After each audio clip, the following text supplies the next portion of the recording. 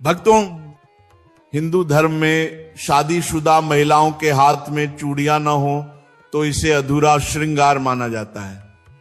आज हम चूड़ियों से जुड़ी ऐसी जरूरी बातों पर चर्चा करने वाले हैं जिनका हर सुहागिन स्त्री के जीवन में बहुत गहरा महत्व है।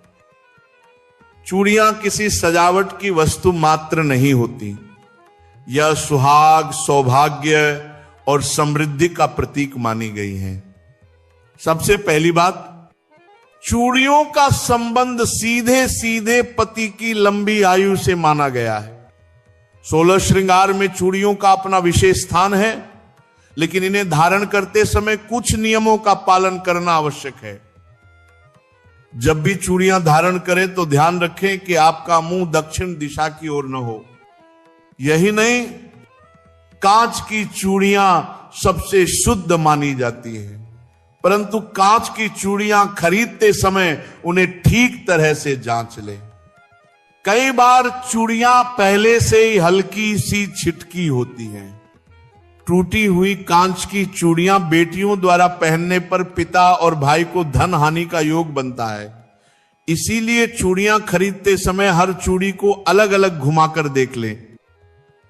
अगर आपको कोई टूटी हुई चूड़ियां मिले तो उन्हें अलग रख दीजिए और फेंक दीजिए। इससे कोई दोष नहीं लगता, क्योंकि टूटा हुआ आभूषण कभी शुभ नहीं माना गया।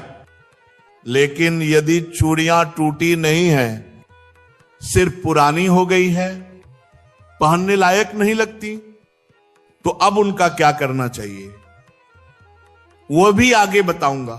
सबसे पहले भक्तों, अगर आप चाहते हैं कि माता लक्ष्मी की कृपा आपके घर पर सदैव बनी रहे तो इस ज्ञान को ध्यान से सुनिए, क्योंकि ये केवल पारंपरिक बातें नहीं बल्कि पीढ़ियों से परीक्षित नियम है। अब अगला नियम, जब भी चूड़ियां पहने तो दोनों हाथों में बराबर संख्या में चूड़ियां ना पहने।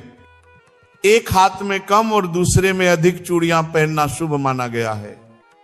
जैसे बाएं हाथ में 9 हो तो दाएं हाथ में 10। अगली बात, चूड़ियां धारण करते समय बाल खुले नहीं होने चाहिए। अगर बाल छोटे हैं और बांधना संभव नहीं है तो सिर पर पल्लू कर ले और फिर चूड़ियां पहने। सोने की चूड़ियों के संबंध में विशेष नियम कहा गया है कि उन्हें कभी भी एक हाथ में अकेले न पहने। अगर सोने की चूड़ियां पहनी हैं तो दोनों हाथों में धारण करें। एक हाथ में सोने की चूड़ी और दूसरे में घड़ी या ब्रेसलेट पहनना शुभ नहीं माना गया है। अब बात आती है शाखा, पोला या कंगन के बारे में। जब भी आप सिंदूर लगाएं तो उंगली में बचा थोड़ा तो सिंदूर कंगन या पोल में लगा दें। इससे सुहाग की रक्षा होती है और दांपत्य जीवन में स्थिरता आती है। अगर चूड़ियां पहनने से किसी को एलर्जी होती है या अधिक चूड़ियां धारण करना संभव नहीं है तो शाखा, पोला अवश्य धारण करें और चाहें तो सिर्फ 2 चूड़ियां पहन सकती हैं। यह अशुभ नहीं माना जाता। यदि आपने नई चूड़ियां पहन रखी हैं और घर में कोई अशुभ समाचार आ जाए तो वे चूड़ियां दोबारा किसी पूजा में मत पहनिए, क्योंकि वह अब पवित्र नहीं रही। यदि चूड़ियां पहनकर आपने कभी मांसाहार या शराब का सेवन कर लिया हो तो अगली पूजा से पहले चूड़ियों को साफ करके धारण करें। लाख की चूड़ियां सबसे शुभ मानी गई हैं।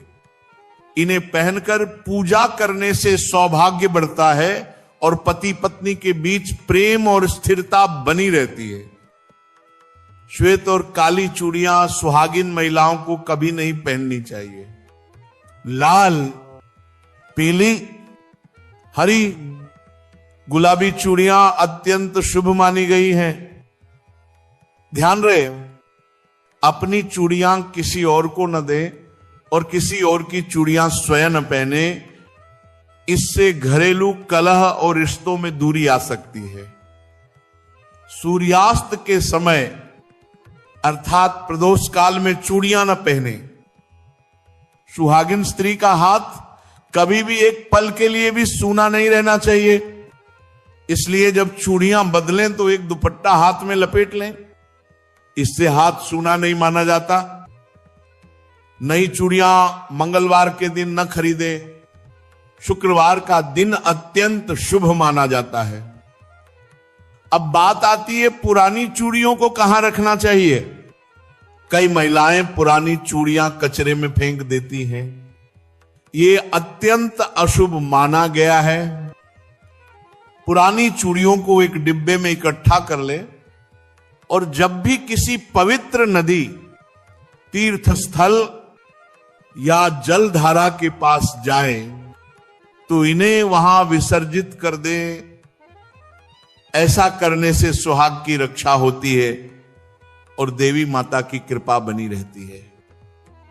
अगर ये चूड़ियां आपने पीरियड्स के दौरान पहनी थी तो पीरियड्स खत्म होने के बाद स्नान करके शुद्ध होकर उन चूड़ियों को अलग रख दें और नई चूड़ियां पहने। अब बात आती है उन 5 चीजों की जिन्हें सुहागिन स्त्री को किसी से साझा नहीं करना चाहिए। मांग का सिंदूर, बिंदी, काजल, चूड़ियां और पायल, इन 5 चीजों का आदान प्रदान रिश्ता कमजोर करता है। अब भक्तों 16 श्रृंगार का महत्व समझते हैं। सिंदूर केवल सजावट नहीं, पति की लंबी उम्र का सबसे बड़ा प्रतीक। इसे सुबह स्नान करके दाहिने हाथ से लगाएं और रात को सोने से पहले हटाएं। बिंदी आज्ञा चक्र को सक्रिय करती है। लाल गोल बिंदी शुभ, काली बिंदी सिर्फ नजर दोष के लिए। काजल केवल श्रृंगार नहीं, मां का असली स्नेह। लेकिन काजल शुद्ध होना चाहिए। घी से बना हुआ काजल सबसे उत्तम माना गया है। नथ विवाहिता का पवित्र चिन्ह। टूटी नथ पहनना भारी अपशकुन। किसी और की नथ नहीं पहननी चाहिए। मेहंदी जितनी गहरी उतना सौभाग्य। अधूरी या फीकी मेहंदी को अच्छा संकेत नहीं माना जाता।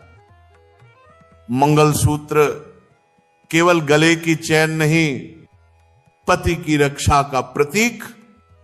टूटा हुआ मंगलसूत्र कभी न पहने।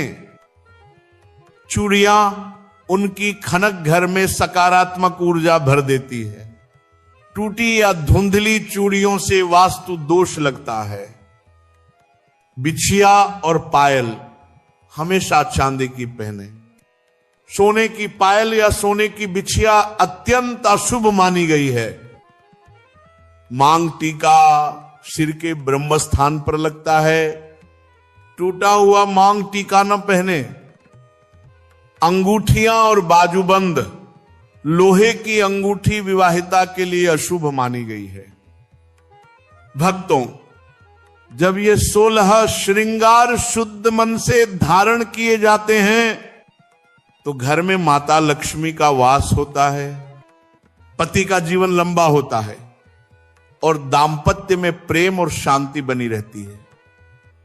दोस्तों, ये सारी बातें किसी डर के लिए नहीं, बल्कि आपकी भलाई